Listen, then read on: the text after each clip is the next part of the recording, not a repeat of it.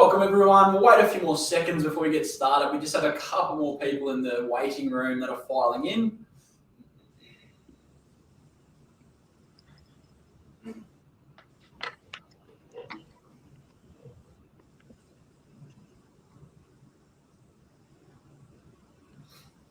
All right, we actually look like we're pretty good there, so we might get things started. And welcome everyone, and thanks for joining us today for our free partner webinar on supporting students through uncertain times with Komodo. Apologies for running a couple of minutes late. As always, we're having a few technology issues, but we've sorted them out and we're ready to go. A little bit of housekeeping for today's webinar. Any comments that everyone has, please feel free to use the chat box in the bottom right-hand corner of your screen. This is a public forum for everyone to see. Any questions, please use the questions tab to its left. I'll be facilitating a Q&A with both of our presenters at the end of the webinar. Today we have two very special guests, lead psychologist from Komodo, Ilia Lindsay, and child and family psychologist, Jessica Caldwell. We look forward to the next hour or so with these ladies. And with that, Ilia, I'll hand straight over to you.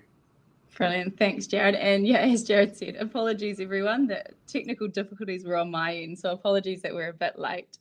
But as Jared said, I'm Ilia Lindsay. I'm the psychology lead at Komodo. I'm also a child and family psychologist, and I have brought along one of my colleagues, Jess, with me today. So our webinar today is on how to support students through uncertain times. And as the slides suggest, the most effective strategy that we believe and that we're going to teach you and talk you through today is mindfulness. So Jess is a specialist in this area. She is a dialectical behaviour therapist, which means she uses mindfulness and teaches young people how to use mindfulness on a daily basis. So I'm hoping that as we go through, Jess is going to provide us with some real on-the-ground strategies of how you can bring this strategy and this skill to life for your students. So I think maybe a good place to start is, there we go, we've got the slides working. A good place to start, I suppose, is on what we hope to cover. So we're going to talk about why we might need mindfulness in the world today and why students would benefit from it. We're going to talk about exactly what mindfulness is, because it's a really common term that is used at the moment and is picked up by lots of different roles. So we're going to talk a little bit about our belief in what we think mindfulness and how we teach mindfulness. And then, as I said earlier, we're going to look at some practical strategies for how we can actually use this with our students. So if we set the scene a little bit of the reality that we're in, we know from the research that the mental health of our youth has declined in the last decade, and that's represented in global and more homegrown research across Australasia. We also know that we are still living in a global pandemic, and lots of countries, and actually lots of states within countries, are doing things slightly differently. So there's not only a difference in how we navigate the pandemic, but also it leaves us with this constant uncertainty at the moment. We know borders can open and shut. We know that isolation rules can change. And for our students, the reality of that is that school can open and close within 24 hours. They can go from online learning to learning on campus, within a few days. So all that we're certain of is that we're in a really uncertain time. So what do we do? Yeah, the first thing we really need to consider is this term called psychological flexibility. So psych flexibility is a concept that comes from acceptance and commitment therapy, also known as ACT. But in everyday language, it's about holding on to our thoughts and our emotions a little more lightly so that we can act on our long-term goals and values rather than short-term impulses or reactions to environments. A student that has psychological flexibility is someone who can adapt to fluctuating demands, they can adapt to new situations, and they actually look at change as being something where they can be creative rather than being fearful of change. So you can see how improving a student's psychological flexibility would be really beneficial, particularly in 2022. Yeah, so how do we do it? Yeah, how do we anchor people to the present? And that leads us to the star of the show today, which is mindfulness. Yeah, as I said at the start, mindfulness is becoming a more and more used phrase. which has its pros and cons. And so, Jess, I wonder if this is where I can bring you into the conversation. And from your perspective as a psychologist who is using and teaching mindfulness on a daily basis, how do you describe or define what mindfulness is for your young people? Cool. All right. So mindfulness is about paying attention on purpose to the present moment without judging. And can I just double check that my sound's okay? Yeah, you're good. Okay. I've got an echo of myself. So often our mind wanders and we're distracted. So we might be having a conversation with a friend, but we are thinking about an argument we had, 15 minutes ago with someone, or our mind might be drifting into the future about what are we going to have for dinner, or things we've got coming up in school over the week. So mindfulness is about being in the present. And have any of you ever found yourself going for a walk, and you want to get out, enjoy the sun, enjoy the nature, but your thoughts keep kind of taking you off course? So you're going for a walk, but your mind is going to, did I leave the oven on? Did I leave the oven on? Or what am I going to do for this presentation next week? Thinking about that, and we're not in the moment. And mindfulness is gaining control of your mind, and in particular, control over your attention or your kind of mental lens. So if we think of our attention as a mental lens, we can kind of get distracted all over the show by our different senses and different thoughts and emotions. Mm-hmm. And we can often feel like we have no control over where we focus our attention. But mindfulness isn't about getting rid of all those distractions. It isn't about getting rid of your thoughts and having no thoughts. It's about just acknowledging what's distracting you, acknowledging that you've been kind of off thinking about something in the past, and being able to bring that mental lens or mental attention back to the present moment. Mm-hmm. And mindfulness teaches students how to focus their attention, pay attention to one thing at a time. It increases their awareness of the present rather than being distracted by thoughts of the past or the future. And these are critical skills not only for regulating emotions and stress, but for studying and focusing at school. I like that. And I think what's interesting about what you're saying, Jess, is you can see how for adolescents, being able to be mindful and be present on what's happening right now could be quite difficult at times when you think of things like devices, social media, as well as the other things we've already talked about, like the state of mental well-being for young people and the pandemic and things like that. So I don't know, it sounds like it's a no-brainer that this would be really important, an important and useful skill for our young people. So how do we do this? We've got kind of what it is, but like, what do we actually do? So much of psychology sometimes are these terms that sit up in the air. So let's get into the ground and actually work out what we do. So the mindfulness framework that we're going to talk through today is one that's been created and defined by Marsha Linehan. So she's the creator of dialectical behavior therapy, or DBT. For those of you that aren't familiar with DBT, DBT was a therapy that was specifically designed to help not young people, just anyone who was struggling with emotion regulation difficulties, interpersonal skills and relationship difficulties, people wanting to build their identity, and understanding distress tolerance as well. So when you kind of list off these things, this is everything that your typical adolescent is going to struggle with at some point in their development, which is why this framework for mindfulness fits so well with our students. So if we start with these what skills of mindfulness, this is a way that you could teach your students is by going through these. So the first skill that we have is to observe.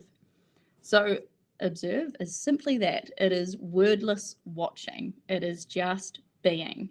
Again, sounds a little waffly, but a way that I like to kind of help people understand what this means is if you think of yourself at a zoo or an aquarium and you're sitting and watching the fish, you don't sit there and go, oh, the red fish has moved past the blue fish that has gone past the coral and is now ducked under the tunnel. You don't put words on it. You just simply watch and observe and take it all in. So that's what we mean by observe. It's not jumping to labels, not jumping to judgments, not jumping to anything. It is just being. So I've kind of given an example with an aquarium, but I can imagine that you don't have that at a boarding school. So I'm wondering, Jess, if you have any ideas that you could share with us on how you teach young people to use the observe skill? Yeah, most students probably find the observe skill one of the hardest ones to really get their head around and practice. Mm-hmm. So observe is just simply noticing, paying attention to our outside world, so our different senses, what we see, smell, hear, touch, and taste, and also our internal world. And this is probably where we don't spend a lot of time paying attention. So that's our body sensations, our emotions, and different thoughts that are going through our head. And so observe is just noticing and not trying to change it and not trying to add anything, just noticing. And if you're all willing to just give this a bit of a go now, Okay. I just want you to find a comfortable position in your seat. Usually we talk about kind of putting your back up straight. You can close your eyes if you feel comfortable, or you can just focus on a spot on the floor. And when you're ready, I want you to take a deep breath in and slowly out. And then begin to shift your attention from the outside, what you can see and what you can hear, to your inside world. And I just want you to observe and notice your body sensations. So how is your body feeling in this moment? Is there any tightness anywhere in your body? Any kind of movement? And just notice. And if you become distracted by sounds and other things going on in the room, it's just about gently acknowledging it and bringing your attention back to your body's sensations.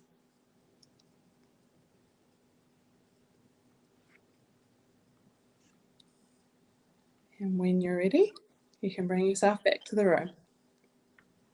I like that one, Jess. I have to say, I really like that one. So that was a super quick kind of run through. And I think it also shows these activities can be short, or you can sit down for 5 minutes to do that. That is a lot of effort. So it's quite nice to start with the small ones. Yeah. When I'm teaching it in the group though, one of the activities I really like is just asking the kids to just notice their thoughts. It's not trying to change them, anything like that. It's just noticing them. So what we get them to do is we get them to have a bit of paper and a pen, and we'll put a timer on for usually about a minute, sometimes 2 minutes. And we just explain to them that the activity is we're just noticing your thoughts, and every time you have a thought, just pop down a little line on your bit of paper. And that's what the activity is. It's just noticing. And then once you've done that and the time's up, it's really helpful then to ask for reflections from the group. And that's a really good learning kind of point where you can bring up discussions of what people have noticed. I like that. Do you find that students are able to do the observe skill easily? Like how do they go when you're teaching young people this? No, I think they can get quite caught up in, oh, now I'm putting words to it, therefore I'm not observing. I'm not doing this right. And they kind of get caught up in the spiral of judgments. Yeah. And that is all part of the learning though. Like that is what happens. And it's just noticing it and then bringing it back. I think one thing that I noticed just as you talked through, I decided to do the exercise and close my eyes and kind of do that internal reflection, as it actually made me realize you often don't stop to do that. So it's interesting in the world that we live in that to stop and observe your internal world is quite a foreign feeling. Mm-hmm. That was my observation of that experience. To know if anyone else has had the same thought. Yeah, and it's often one we want to avoid if Yeah. we are feeling really stressed or we've got some unpleasant emotions going around. Yeah. And that is part of the mindfulness, is we can go through life just kind of pushing, but actually being able to be aware of what we're experiencing is a really important first step. Yeah, I like that. And I suppose that segues beautifully into, if that's the first step, what's the second skill? And I think what I should have mentioned at the start is, with these 3 skills, what you'll see as you learn them is they actually layer on top of each other. So you have to be able to observe something first before you can then describe it. So the describe skill, exactly as it says, it's adding the words to what you've observed. And I think for this skill of mindfulness, more than any, it is really important to notice judgments that might pop in, and how easily judgment often jumps in when we go to describe something. So Jess, what about some ideas for how you can teach the describe skill for students? Yeah, so to describe is literally just putting words to what we've observed. So for example, I feel sad, my face is feeling hot, my heart is racing, my shoulders are feeling really tight. And this seems pretty simple, but again, it's something we often quite avoid. Yeah. So we often try to describe what we've observed by adding in our own interpretations and judgments. Mm-hmm. So for example, when we're feeling sadness, you might tell yourself, this is the worst I've ever felt and it's never going to get better. If we were to describe how we were feeling, we might say, I'm noticing a really heavy chest and I'm having a thought that this isn't going to get better. And by just the subtle differences of using just purely describe for what we're actually noticing, you can see how it kind of just gives us a bit of distance from what's going on. And I think that would be a really good one for you all to try at home as well. When you notice an emotion coming up, use the describe rather than kind of being in and getting caught up with our emotions and thoughts. Yeah, I like that. And I like what you said there about how it gives you distance, because if we go back to what we were talking about at the start about psychological flexibility and being able to shift and change and adapt, if you're not feeling so consumed by something and there's that little bit of space, which is what the describe skill provides, I can imagine you are much more equipped to make, for problem solving, for decision making, for adapting to the different environments. So yeah, I like what you said there about how when we describe, it gives us distance from what we're holding on to. Like that. Yeah, absolutely. There is a big difference between this is the worst I've felt, I'm never going to get over it, and I'm having a thought that this is the worst I've felt. Yeah, I like that. Another activity that I do with the young people is to just really practice describe, because it sounds easy, but there's lots of little subtle ways that judgment come in. Mm-hmm. So one of the activities I do is I get one of the facilitators in the group or the classroom to pose in a manner that's highly emotive. Mm-hmm. And Ilia, I might get you to do this one for me. Okay. So you can be an angry pose, a happy pose, something just very expressive. Now, I'm actually on my phone and I can't really see you. Well, how about I describe to you, Jess, what I'm doing? Here we go.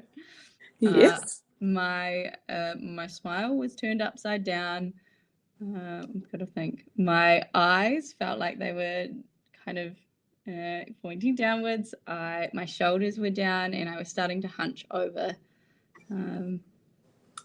Have I described it well enough for you to guess what the emotion was? And so often when you do something like that, thank you, Ilia, students might say things like, oh, she's sad, she's just had an argument with a friend, or she doesn't feel very well, she's got a sore stomach. And so these are the things we just need to keep an eye out for and say, but how do we know that? What can we actually see? What are we observing? And then shifting to exactly like you said earlier, just describing what we can actually see in that moment. Yeah.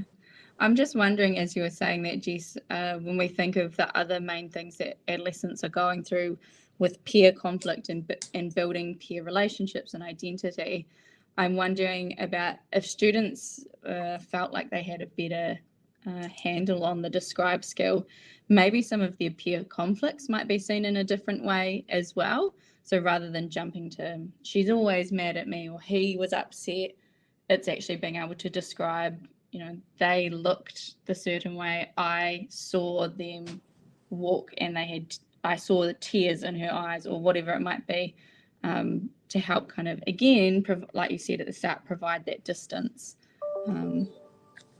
That just got me thinking as you were talking. Absolutely.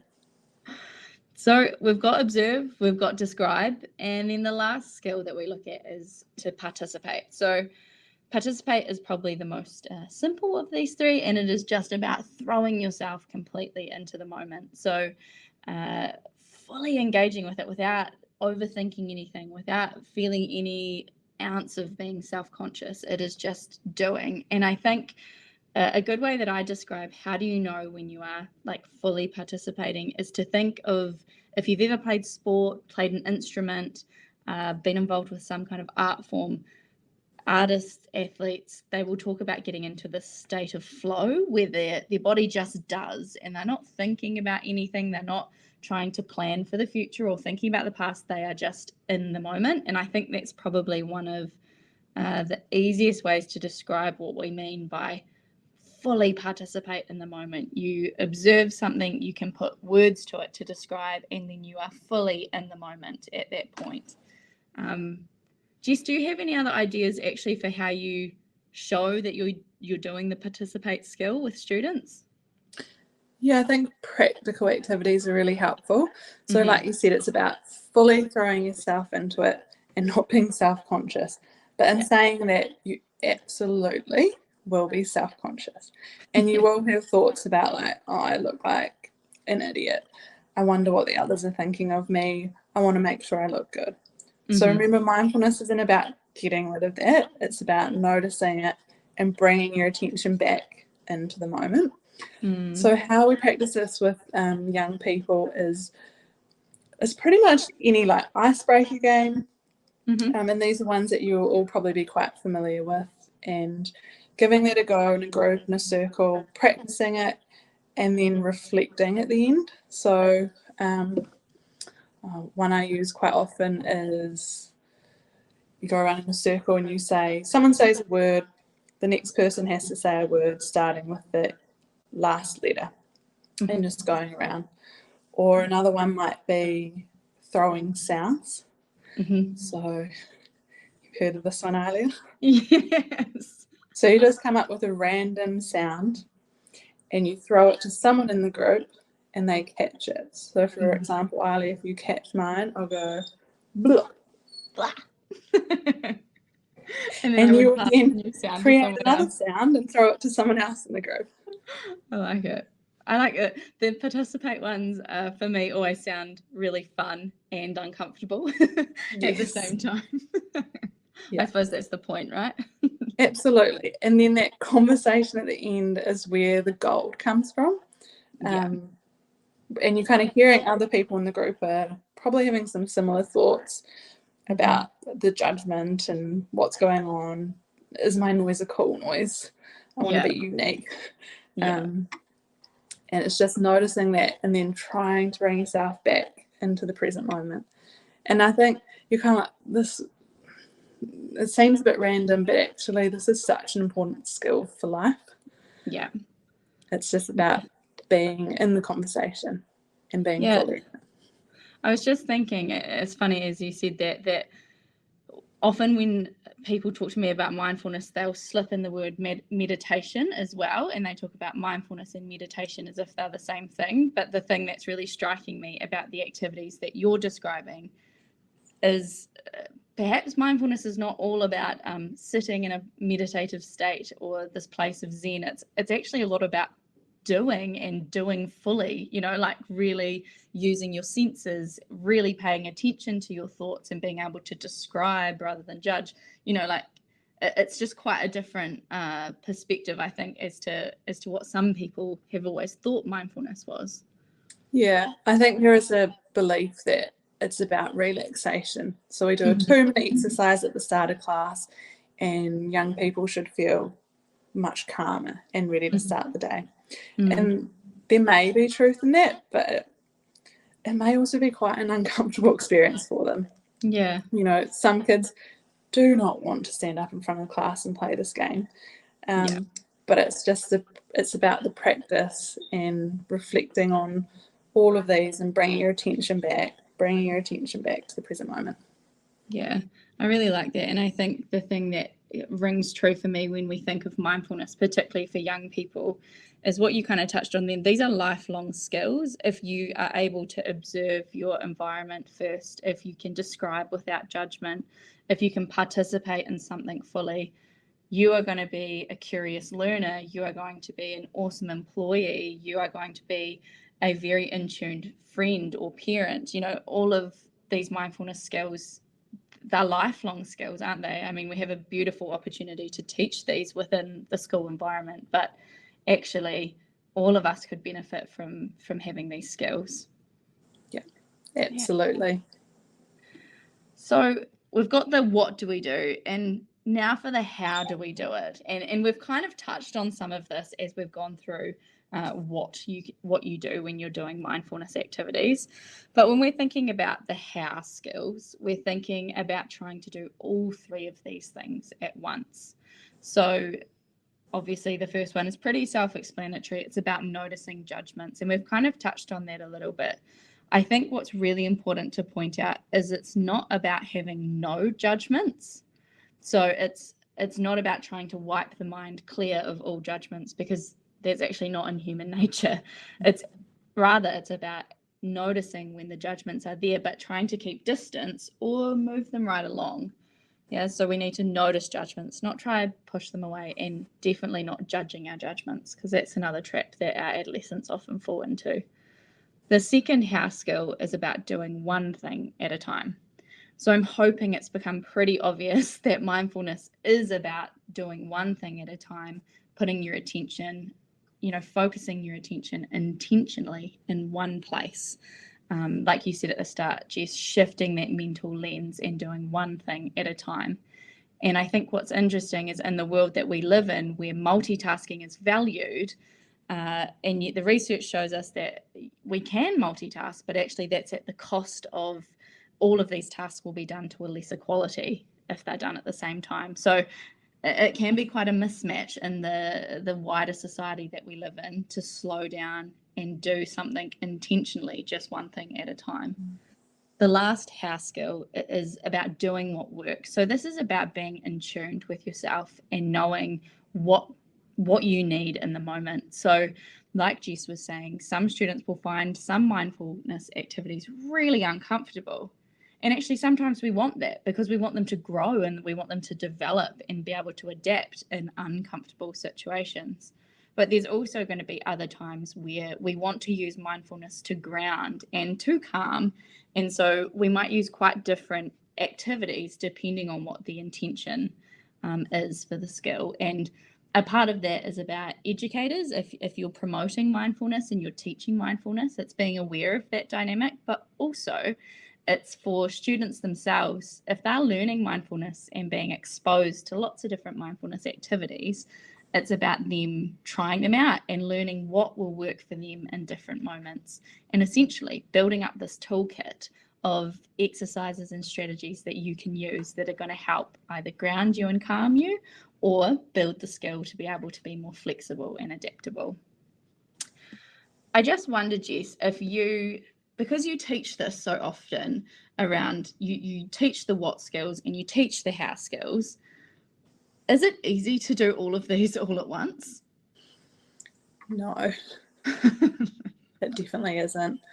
And that is why we separate them out. Mm-hmm. So when you are doing this, you are using all of them. and like the layered observe, describe what you've observed, and then participate fully, and doing all of it while you're non-judgmental, one at a time, and doing what works. Yeah.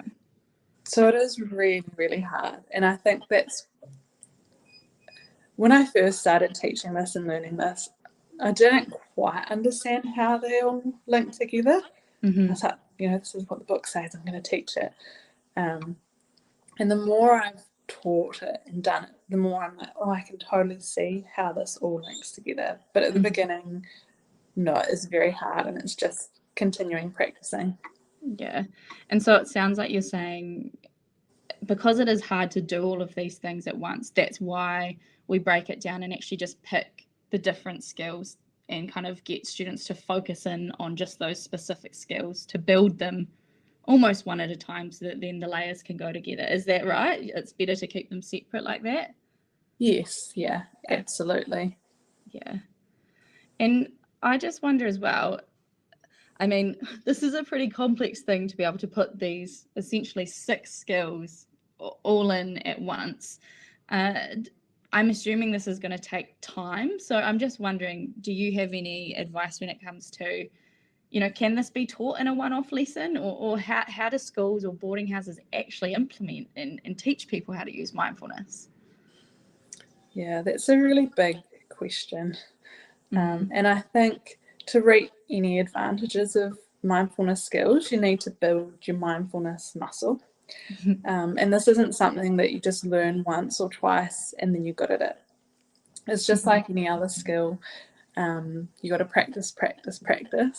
If you were wanting to run a marathon, you're not going to be able to do that tomorrow or after a week's of practice. It's about building it, and it's the same for mindfulness. So absolutely, like sometimes schools will do a presentation on mindfulness, and absolutely that is helpful. But what is going to be more helpful is how teachers and other staff members bring it into their daily, almost daily practice. Yeah. I really like that, the mindfulness muscle. I think that's a fantastic way of putting it, because I think, as with like a lot of mental skills and strategies, we need to think of them just as being any other skill. When you learn to ride a bike, when you're learning to run long distances, when you're learning to write even, it starts in small steps, and it's something you have to do often for it to become more automatic. And so I suppose what you're saying is mindfulness is no different, right? Yes. Yeah. And it's hard. Yeah. And it takes a while. Takes time.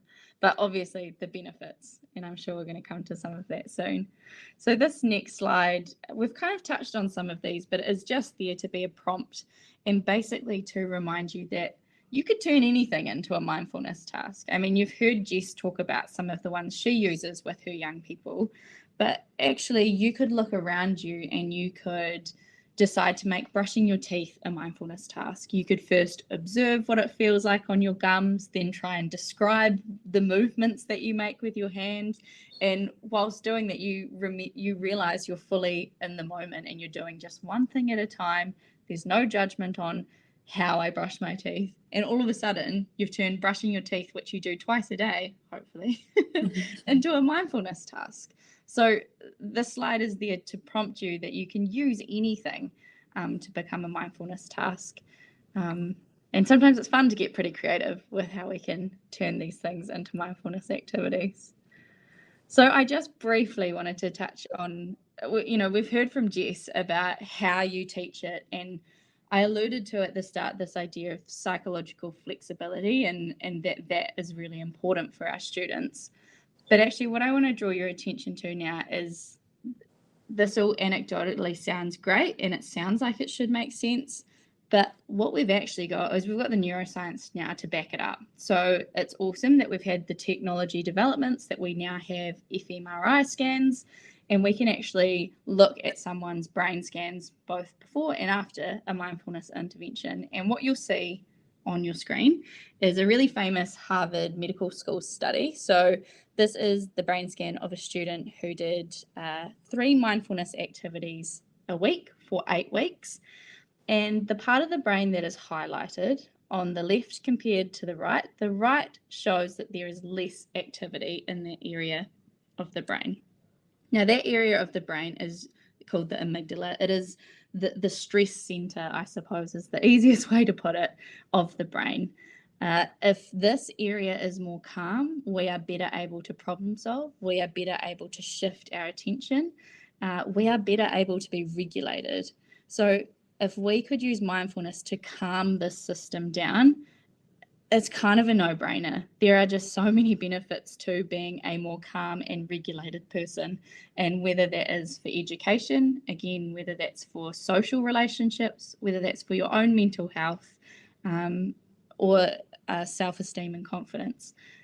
If this area of the brain can be calmed, this is going to be a positive thing. So the science is there that not only anecdotally is this helpful for our students, but actually it changes chemistry in the brain, which is a pretty powerful thing when you think this is something that could be done every day whilst brushing your teeth. The next little piece of research that I did want to share with you is we've got the brain evidence, but what do students actually say? And so this is what students reported again after one term of doing a mindfulness intervention. So that's in these 3 studies that are listed, there was either 2 or 3 mindfulness exercises a week. And by self-report, the students' health and their well-being improved, their sleep quality improved. A standardized psychometric was used for depression and anxiety scales. They were reduced. And the most interesting one for me is that the grades were improved. And this, in the study that reported this, they weren't actually looking to see whether there would be a change in academic success, but it was almost inevitable when you realize that their sleep quality had improved, their well-being improved. They can concentrate more in class. They can be more present. They're more regulated to engage in learning and for that memory formation. So it makes sense. Of course, their grades improved. I really hope these 2 slides are helping build evidence more beyond what Jess's experience of teaching this is. We actually know that there are brain-based changes that happen, and both brain scans and students themselves are reporting the benefits that come with mindfulness practice. So just to really narrow down into what we need to consider in a boarding school environment when it comes to how do you implement, or why would you implement, a mindfulness strategy, is we need to remember that actually boarding school is such a unique opportunity because you have access to your students and you can provide structure and guidance to your students, on a 24/7 basis almost. So we have a very unique opportunity to embed this into a regular routine, whether that's at the start of the day, end of the day, but just promotion of this in the regular routine is really important. The other thing that we think we need to remember is that this could be used across all ages and stages of development. It is considered a universal prevention program, which means it doesn't focus on only helping students with anxiety or only helping students with confidence issues. It actually is universal because it's a strength-based intervention. It builds skills that have this flow-on effect to all the other areas of mental health and well-being. I just wondered, Jess, if I could pull you in here of if you had any advice for boarding schools. Like, do you need to do mindfulness in the morning, at night? Is there any structures or anything like that you would promote or suggest? Yeah, so there's not a right time to do mindfulness. Any time is. But I think intentionally bringing it in is really important. Yeah. And this can be hard because there's so much to do in a day. And this just can feel a little bit frustrating at times. And for students, is this one extra thing we're doing. Yeah. But actually, if we think about it, we're only asking for 2 minutes. 2 minutes, 1 to 2 minutes to do a kind of set activity. And then maybe a minute for a couple of people to just reflect on how that was for them. And so it might be embedding it into prep time or a specific time of the day just for ease, so you know when it's happening and who might be running it. I like that. I really like that. So it sounds like, actually it's no more than 5 minutes the whole process could be. So it does sound like something that theoretically should be really easy to weave in and out. Yeah, and there's so many amazing books and resources on the internet. And I think you've got some more resources, but just a really quick little ideas that you can use. Yeah. So it also doesn't take a huge amount of prep. If you've got a book, you can kind of just open a page and like, this is what we're doing today. Yeah. Yeah, I really like that. That's awesome. Thanks, Jess. So this actually brings us to our final slide, which is just a summary of what we've covered today. The biggest thing that I was hoping you would get from today is, if nothing more, a bit of intrigue about mindfulness. I know this has been a real whirlwind tour of what mindfulness is, how you could teach it, different ideas for the kind of practical ways that you could pull this in and teach your students. But like I said, I hope if nothing else, this has just intrigued you a little bit about mindfulness. And I really do encourage that you look beyond, as Jess was saying, there are so many resources at our fingertips when it comes to mindfulness. There's a lot that are evidence-based, but there's also, you can get things across, books, articles, apps on your phone. There are so many resources at our fingertips. And if you are going to teach this, it's about making sure you upskill yourself so you can live and breathe the way of mindfulness as well. I just wondered, Jess, I want to pull you in because I know the experiences that you've had with your young people who you have taught mindfulness with. And I just wondered if, to finish off, you could share some of the things that you've noticed when students have really managed to get a hold of this. What do you see happen? What changes do you see? Yeah, I, like you, Alia, have also read all the research. And so I know on paper everyone's saying this is amazing. But I guess what's really hooked me into it and been the reason why I've continued to do it is just seeing that improvement in young people. And I mean, I'm doing individual therapy with a lot of these young people, but actually this definitely forms the basis of a lot of my work. And it's seeing young people be able to tune into the cues in their body and notice what's going on for them. Instead of emotions going from kind of 0 to 100 and not knowing where it's coming from, it's being able to just notice that actually maybe I am a bit stressed because my shoulders are getting tense, my muscles are tight, and my heart's racing a bit. And being able to catch it early and then think, I'm going to go for a walk before I jump into this test because I really need that. Being able to see young people be able to articulate their experience as well, so using that describe skill.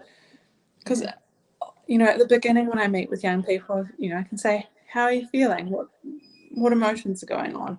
And it's just really hard, and I haven't had that practice. So that observe, being able to do that, describe that, and then just seeing young people being able to participate in life more and more. Yeah. I think what really strikes me about what you're saying is if you can learn mindfulness, it's this skill that you take everywhere. It doesn't matter if you're at school, if you're struggling at home, if you're thriving at home. It's something that can go with you no matter what environment you are in. And it sounds like what you get to see with the young people you work with is almost this like confidence, because there's this independent skill that I can pull out when I'm stressed and if I'm feeling angry, and I can imagine that feels probably quite empowering for the young person. Yeah. Well, that brings us to the end of what we had to share. I know that Jared is going to help us with a few questions if they've come through while we've been talking away. But I would like to just quickly say thank you to you, Jess, for joining us. Thank you.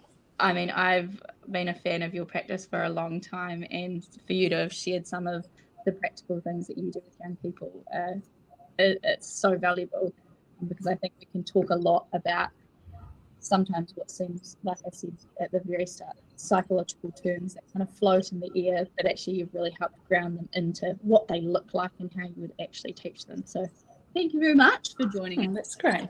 With that, and Jared, I will hand that over to you to see if there's any questions that have come through. Absolutely. Thanks, Ilia. And firstly, I'll thank both of you. That was great. Particularly loved the amount of practical ideas and tips that you shared with us all today. There's a comment in the chat box that says, excellent conversation, easy to follow and take points down. I'm sure we'd all agree with that. So thank you to both of you. We have received a couple of questions, which is great. And if anyone does have any other comments or questions, please feel free to use the chat or the questions tab in the bottom right-hand corner of your screen. The first question here was actually in the chat box, and it just says, are there any extra/different methods for practicing mindfulness with neurodivergent kids/adults? For example, ADHD people needing extra stimulation and finding it more difficult to be 100% focused. Do you want to go? I can go with this one, Jess. Yeah, I guess it's just making, you can adapt things. So it might be the length that you start with. It might be some of the participate mindfulness is easy to start with, and then just slowly building the more sitting still, being aware of your internal world.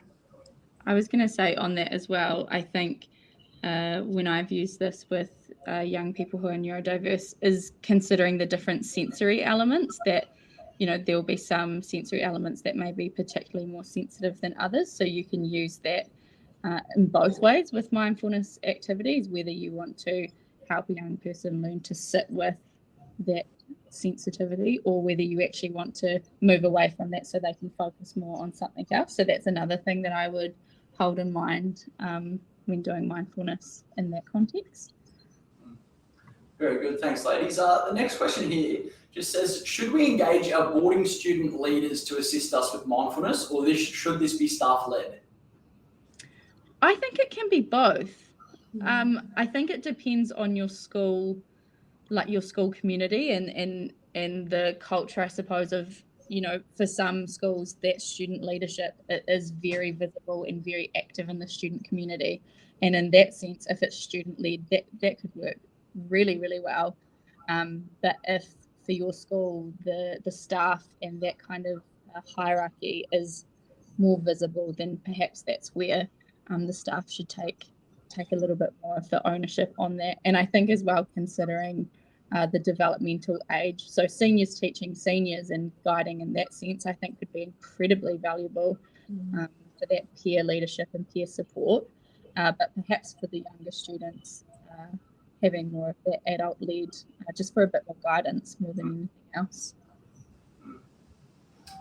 Any thoughts on that, Jess? Or yeah, and also the journey where they're at. So at the beginning, it would be great to be staff-led, and then throughout the year, we often do shift it to people, and we'll ask different students to bring in a mindfulness activity for that week. Yeah, true. Awesome. The final question that we've had come through so far, it just says, can you share your thoughts on when in the participation phase, should we be doing this in a larger group setting or start this out on an individual / smaller group basis? It's a good question. It is. I'm thinking I've done it in both situations. So I think, again, it depends on the group that you've got. So if, again, when I'm thinking of when we've run it in a therapeutic group, if the group is larger, but the participants are quite well connected, so they're familiar with each other and they feel like they can be vulnerable to join in on the participate, then a big group does work. If there's not that trust within the group, I think maybe small groups would be more beneficial, but it also, this is such an annoying way of answering it, but it also depends. Like it depends on what the participate activity is and whether it can be done in a large or small group as well. Just on a practical sense. You might be able to help me out on that one, Jess. Yeah, and I think just the reflection at the end can be quite daunting for some people.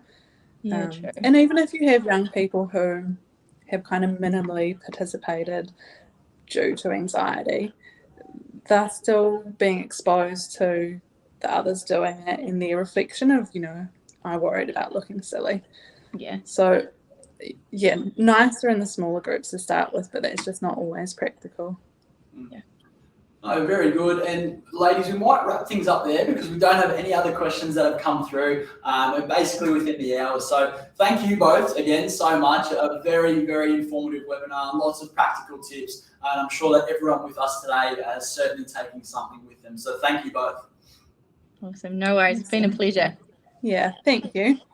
To everyone that was with us live today, thank you so much for joining us. We hope you enjoyed the webinar and found it informative. If you're watching the recording, thank you for going back and watching the recording. Of course, if you have any questions, don't hesitate to reach out to us here at APSA or directly to Komodo. Other than that, thanks for joining and bye for now.